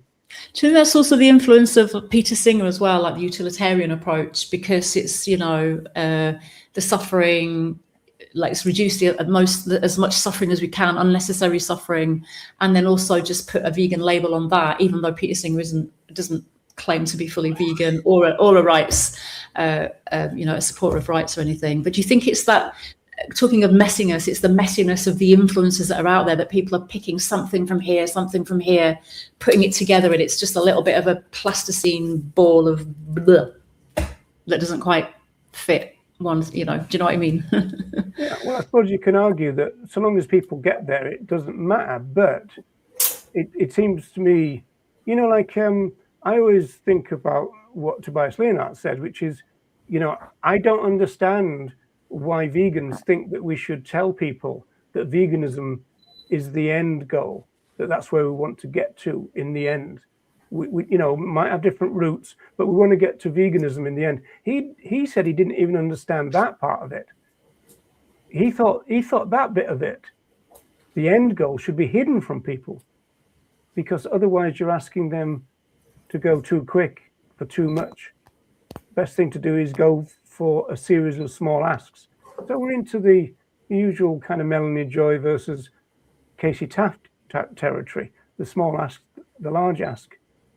Well, you could argue, well, if you've got one group doing one and one group doing the other, you've got it all covered, right? I mean, I'd like the reducitarians to go, well, my position isn't a vegan position. We talk about meat reduction and all those kind of words that they use and everything. If you want to check out the vegan thing, then go to Andy Atkinson's thing, go to Go Vegan World in Ireland. They'll tell you about veganism. That's not our thing. Now, if people did that, that'd be great. It's just that the reducitarians are forever attacking veganism. It's not that they're working alongside veganism. They attack it all the time. That would be great, wouldn't it? If everyone just recognized what they're aligned with and just don't attack the other people doing the other things, and actually work alongside and go, right, this is my part here. I'm a moderate. I'm going to go over here. I'm going to be a pragmatist. I'm going to go over here. I'm not going to attack veganism or claim to be a vegan. We're the radical vegans over here. We're going to be radical. We're going to give a really strong message that people might not particularly want to hear right now, but it needs to be there. It needs to be there as that radical flank. And if everyone just kind of accepted that, but no one's accepting anyone, everyone's attacking each other, going, well, you should be doing what I'm doing. No, you should be doing what I'm doing. And you're a vegan and you're a reducitarian. Let people do what they want, but some of them have got to do vegan education. And the more of those, in my view, the better. Yeah. Got a shout out for Andy there as well, from Jackie. Very, very active still on YouTube is Andy. On YouTube, much more so, yeah. He's still doing TikTok as well. Yeah, I meant to say TikTok, yeah. So, TikTok. Yeah, thanks for correcting me on that. Yeah, I meant to say TikTok. TikTube. This is really interesting from Jay. Like, if only we had another hour, because literally we were trying to sign off about 40 minutes ago, weren't we? But that is a really interesting point from Jay, and I recognize that a lot. Just in the circles that I've been in terms of the rescue world, especially people who are volunteering in rescues or free living animal hospitals, rehoming, all that stuff. There's a lot of people who definitely are not vegan, but are still doing a lot and still dedicating a lot of their time. This isn't the difficulty. The difficulty is the end of the sentence, which is they don't want to be attacked for not being vegan, but they want to call themselves vegan. That's where the problem comes. They do, though, do they? I mean, I am in rescue groups, wildlife rescue groups. The people who are not vegan, they never claim to be. I mean, they say that people do, though, don't we? They do, though, don't they? Though, I mean, Tobias Leonhardt, he claims to be the vegan strategist, but he's not vegan. He's a vegetarian at best. There's nothing wrong with that. If you want to be a vegetarian, be a vegetarian. But why call yourself vegan? It just causes confusion. I think what Jay's referring. Sorry, Hannah, go ahead. I meant that we should maybe not platform them. Then, for example, for yesterday's event, the Greek group that organized it worked really hard, and part of the hard work was who to invite as speaker, not to use the same persons as last year, and include people from different groups, like those who do wildlife rescues, others who do cats and dogs rescues, vegan farms, whomever. But the bottom line was that we are not going to invite a speaker who is not vegan and who is not pro-abolition. So we know what they are going to say. And that took a lot of planning, because we're not that many here. It took a lot of planning, a lot of, asking people to talk, a lot of things. But at the end, they managed to have a list of speakers who were all abolitionists and vegan, no matter where they volunteer. I think we should, spend more time platform the voices we want to hear. This is an interesting one. Do you think this would work with? It might work actually. It might work with Earthling Ed, because Earthling Ed's on audio saying that he's redefined veganism because he's, it just suits him more to talk about the reduction of suffering, right? So I don't think he's trying to hide it, and I don't, he didn't say so. So as far as I'm concerned, that's what veganism is. He's saying, well, I just feel more comfortable saying it that way, right? But I'm not quite sure, going back to your point, Wendy, that because we're almost like incapable of having a conversation with each other nowadays, you go try and point out somebody's inconsistency and see how you get on. Yeah, I don't know. Has anyone emailed them, for example? In two instances, I messaged to different activists saying that, I find the phrasing you use problematic for such and such reason. I understand the motivation. I know that what you want is total liberation. Do you think that this use of language may impede the progress? And in both cases, the answer I got, it was a private message. It was positive, and they actually changed their post using different language, and they thanked me because it was about factory farming. One of those was about factory farming.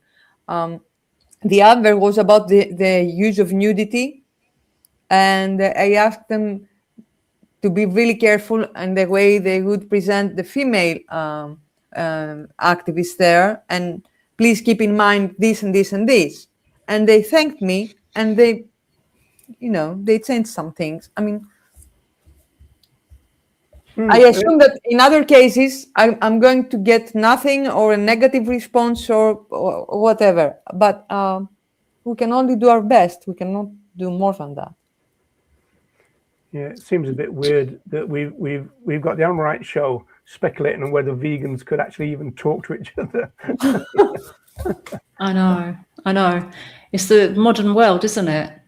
It's the modern world, because this wouldn't have been a thing before social media, before texting and all that, when you can't, all you see is words on a page. And everyone is so siloed now, and everything's so, you've got to take your side and plant your flag and all of that. And that's what's encouraged, that's what's rewarded, especially on social media, is that everyone is ready to defend their place, and no one's ready to hear what the other side even says anyway. It's like, no, I'm here. I don't care what you've got to say, actually. You're just you're the enemy. It's the otherization of people. And it's rife throughout society now, isn't it? And it's really scary because... a really sad thing. Leslie Cross has become a political football within the movement in the last year or so. There are some people online who laugh at the name, and that's because of the fact that you've got people who've extracted that single sentence, or maybe two or three of the same type of single sentence, and then said that this is veganism, right? And so, they are being very unfair on. They're being very unfair on Leslie Cross, and the ones who laugh at him also are, because there's nothing wrong with what Leslie Cross stood for. You know, he came up and evolved a brilliant philosophy, justice-based philosophy. And yet we've now got modern day vegans laughing at the mention of his name. Yeah, it's quite shocking, isn't it? But we can't end on that sad note. That's awful. To be mocking Leslie Cross. Deb asked a question before about Earthling Ed. I don't think it's this. I don't think it's that Earthling Ed thinks veganism. No, he does use vegan. He does talk about veganism a lot. He just talks a lot about suffering, doesn't he? Yeah, he just said that he feels more comfortable talking to people about reducing suffering. You know, which obviously, from our point of view, it seriously points the conversation in the direction of the welfare paradigm. Oh, well, I'm in favor of reducing suffering. What, are you talking about free range? And they go, well, no, because that's what we do as humans. We look for the way out. Oh yeah, well, I don't like the idea. Who likes the idea of our fellow animals suffering? Nobody. There's only a few really weird people, sadistic, evil people. Yeah, there are some. Definitely. Human beings probably don't want to cause our fellow animals harm. Not really. But it's the necessary evil, isn't it? That people say, well, it's just what has to happen because whatever reason. Or it'll be that phrase you used about 5 minutes ago: unnecessary suffering. Unnecessary suffering, yeah. Phrase, isn't it? Because it implies that some suffering is necessary, and that is true if you're a farmer. That is true if you're a vivisector. I may interpret language a little different. When I hear a necessary suffering, I hear suffering we're in a position to stop. For example, we cannot stop the suffering of animals that get killed during wildfires, but we can very easily stop the suffering of the animals that get slaughtered if we stop consuming them. When I hear that phrase, I hear that there are things you can do as a person and as a society to stop suffering. There are others, like floodings or wildfires or earthquakes, that we cannot stop. But these we can. That's what I'm hearing when I hear that. Yeah, I understand that. But there's also a legal angle to that, because going back to the RSPCA, they will prosecute a farmer, for example, and they'll end up being charged with causing unnecessary suffering. Yeah. So that's the legal setup. And so the court then said, okay, so we're talking about a farmer who uses pigs. What do farmers who use pigs normally do to them? That then gets translated to be the necessary suffering. Yeah. Because that's what they all do to them. Yeah, you're right. Normalized suffering. Yeah. And so then the question is, has this one, the one who's now being charged, has they done something more cruel than what normally happens? And that's how they judge that. Yeah. Because even when people think, and I think Francione talks a lot about this in Rain Without Thunder, actually, about what people will consider as necessary when it's something that's important to them, like, for example, consuming, wearing, entertainment. You know, it's like, well, you know, in order to, and that's the main one, is it the consumption? Because that's the main argument people come back with, is it's natural and it's necessary for us to consume fellow animals in order to survive. That's the big one out there. And so the suffering then is necessary in order to provide that use for humans to survive. And that is I think the hard one to get over for people, that necessity. Yeah, language is an imperfect tool. I mean, we think that human language is perfect and amazing, and probably it's not. So I think it has a lot to do with how much time we have, how many lines we have. I mean, if we have to write 5 words in a placard, we should be very, very careful with our message. If we have half an hour to talk to someone and explain what we really mean by a necessary harming or whatever, I think we could be more elastic about, you know, our word choices and use whatever we think that it's going to get a response from the other person. Yeah, that's what we need. Tie people down to a chair for half an hour and talk to them. Is that necessary suffering then? If we tie people to a chair? Yes. Oh, well, yeah. Maybe we should do that. That's a new street outreach. You've got a set of chairs and you strap people in. Put a headset on them, one of those 3D headsets, so they have to watch horrific violations. Right. I think we're probably done now. I would think. So an hour ago we were saying, "Oh, we better wrap up." Yeah, that's me to blame. It was my concluding argument that causes all that. Yeah. I said, does anybody want to say something briefly to end? And Nella goes, yes. That was like 50 minutes ago. Just in language though, because Dandy's saying stuff about language. I've got a feeling Dandy and Jackie, I don't know if Jackie's still here, Dutch or Polish. I think they were communicating in a different language earlier. I don't know what language was that, Dandy and Jackie, if you're still here. That I think they were talking in a different language.